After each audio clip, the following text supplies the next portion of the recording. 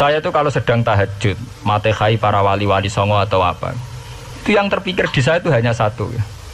Agama Islam itu lahir lewat Quran dan hadis.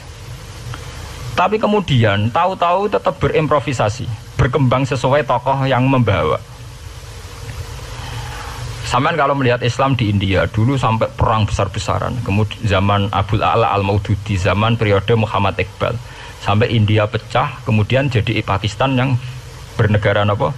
Islam, karena banyak konseptor Islam yang tidak setuju negara sekuler. Akhirnya mereka misah jadi negara Islam Pakistan.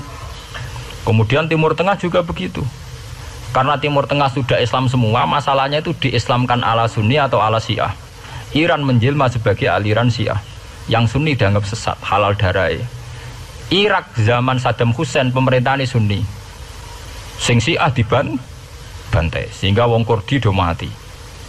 Era Saddam keok gentenan Saddam sing dibantai. Makanya kalau saya ngaji di Jogja, seminar di Jogja bilang, kita ini harus bersyukur. Kita ini punya tradisi konflik yang terbaik di dunia. Kita ini punya tradisi konflik yang terbaik di dunia. Sampai nak Isra Ikhwanil Muslimin teng Mesir, Badan Intelijen Nasional atau Badan Stabilitas Nasional, Bakor Setanas itu harus terima kasih sama tradisi tokoh-tokoh Islam di Indonesia.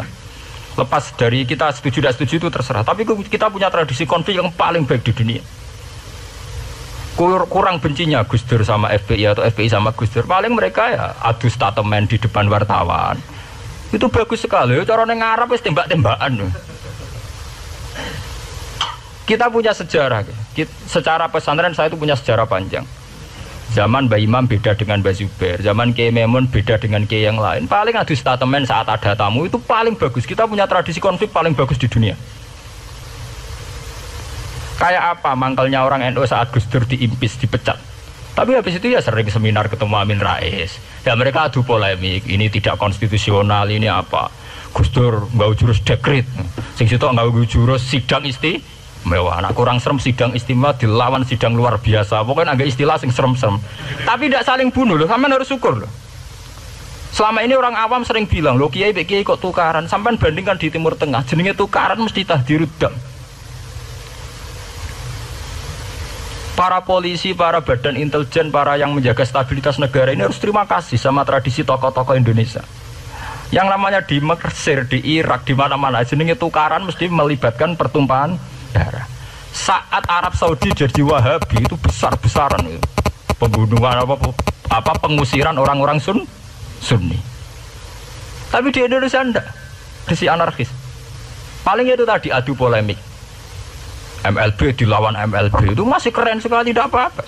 Itu lebih baik ketimbang adu jotos atau adu hizib lah. Itu masih bagus. Nenda ini sampean biar paham, biar syukur jadi bangsa Indonesia. Kita punya tradisi konflik yang baik. Sama nak setelah peristiwa teng Irak, teng Sudan, teng Khartoum, teng Darfur, itu kan orang Islam semua. Gara-gara beda mazhab saling bunuh. Di Mesir lagi itu Ikhwanul Muslimin dengan pemerintah dan sebagainya. Hatta saya sebesar Sayyid Qutb, sing tokoh populer mohon kabudute mboten jelas. Di Indonesia bagus sekali. Kita menangi zaman secara sejarah, kita menangi bedanya dulu Ahmad Hasan dengan tokoh-tokoh NU. Kulo nu menangi secara sejarah sering baca. Terus zaman anyar-anyarane NU asas tunggal, bedanya Gus Dur dengan Kiai As'ad. Sakmangke bedane PKB dua versi. Mereka menyelesaikan secara beradab. Lewat pengadilan, kok pengadilan kalah lewat MA, beradab sekali. Kita harus bersyukur. Dibanding penyelesaian konflik kayak di Irak, kemudian ngundang Amerika, akhirnya sekarang kacau balu. Di Timor Leste yang latihan bikin Ramos Hurtadi suduk. Indonesia paling banter ngobong fotonya SBC. Ya masih terhormat loh, masih artinya masih beretika. Kita harus syukur punya bangsa yang beradab. Wong ras setuju antar kiai ya rasan-rasanan. Kiai kok ngono, sing tok kiai kok ngono. Nek sing kiai tengah-tengah ayo ana sing ngono ana sing ngene dadi. Sing ra melok-melok biasanya terus milih amane, ya ana sing ngono ana sing ngene. Saya itu berkali-kali ngaji. Sampean kalau sering baca Quran dan menghayati, artinya orang maca Quran pelang-pelang ora karepe menghayati. Saya itu sekarang sesadar-sadarnya, saya masih belajar. Ini jamaah sini harus tahu. Saya hingga detik ini masih belajar. Entah itu lewat belajar baca Jalalain atau belajar merenung maupun belajar lewat yang lain. Quran itu dulu ya sering nyebut begitu itu saya tidak paham. Sekarang itu saya paham, tambah paham. Misalnya di juz 4 ada istilah ikhwanan. Orang mukmin disuruh ingat peristiwa-peristiwa yang dulu saling kuntum a'daan fa'allafa baina qulubikum fa'asbahtum bi ni'matihi napa ikhwanan. Dulu kamu bermusuh-musuhan yaitu antara kelompok Aus dan Khazraj. Gara-gara barokatul Islam sekarang kamu menjadi ikhwanan. Menjadi bersaudara. Sampean kalau melihat TV merunut konflik di Irak, sering ada bom bunuh diri, itu kan ada asal usulnya. Memang sekarang orang menimpakan kesalahan itu pada pasukan multinasional yang dipimpin Amerika dan Inggris. Tapi sebetulnya ada usul-usulnya. Sampai Amerika bisa masuk karena orang Irak tidak ikhwanan. Tidak apa? Yaitu ada Syiah, ada Sunni, mereka saling menikam, saling bunuh. Sehingga karena ada ikhwanan ini pihak ketiga masuk, yaitu tentara multinasional.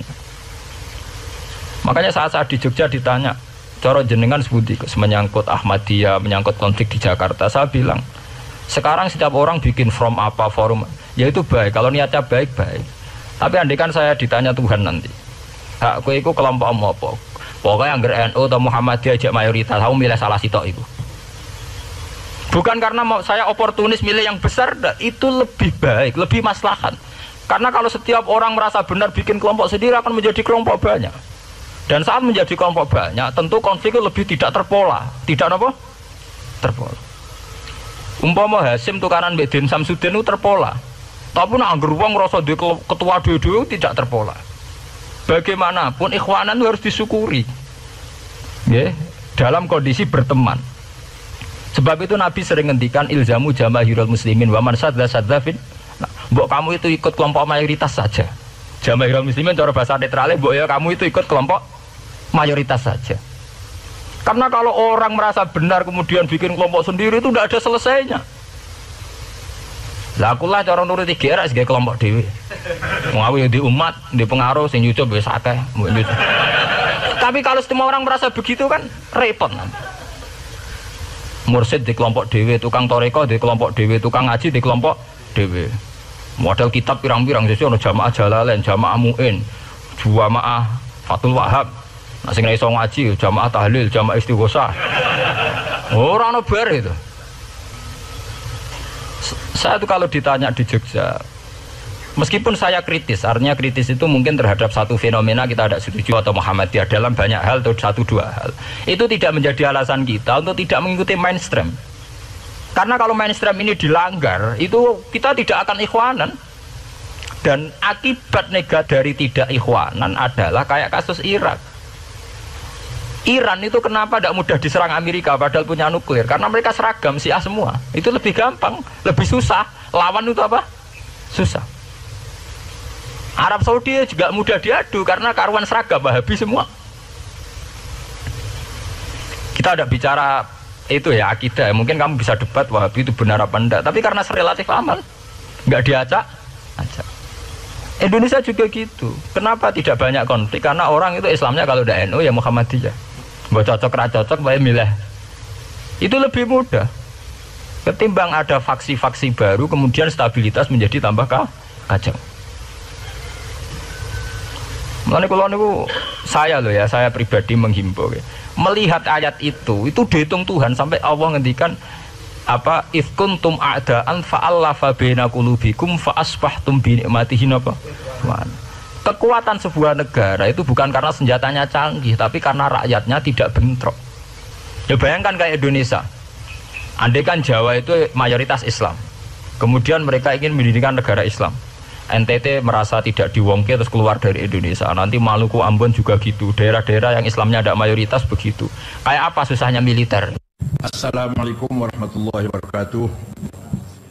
Bapak-bapak dari pimpinan agama dan ibu yang saya hormati, rekan-rekan dari PBNU, teman-teman dari media massa, elektronik maupun cetak, mengamati, melihat, menonton, menyaksikan apa yang terjadi di Timur Tengah sungguh merupakan tragedi kemanusiaan. Semenjak hadirnya negara Israel di Timur Tengah, ternyata korban bergelimpangan setiap hari. Korban nyawa, korban harta setiap hari bergelimpangan semenjak kedatangan Israel atau Yahudi di Palestina tahun 1948.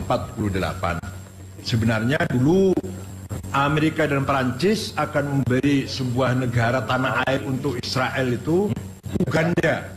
Tapi Perdana Menteri Inggris Balfour ngotot agar Yahudi kembali ke tanah luhur yaitu Palestina. Maka kedatangan Yahudi atau dari perantauan atau Bani Israel ke Palestina merupakan sebuah tantangan bagi masyarakat Timur Tengah. Tapi bagaimanapun itu sudah kenyataan, ada negara namanya Israel, sudah kenyataan. Tinggal bagaimana dunia mendorong agar Israel dan Palestina hidup berdampingan dengan damai. Itu sesuai dengan kesepakatan Oslo, resolusi PBB, Yasir Arafat, kemudian ini kan yang berat ya Al-Fatah ya, Yasir Arafat,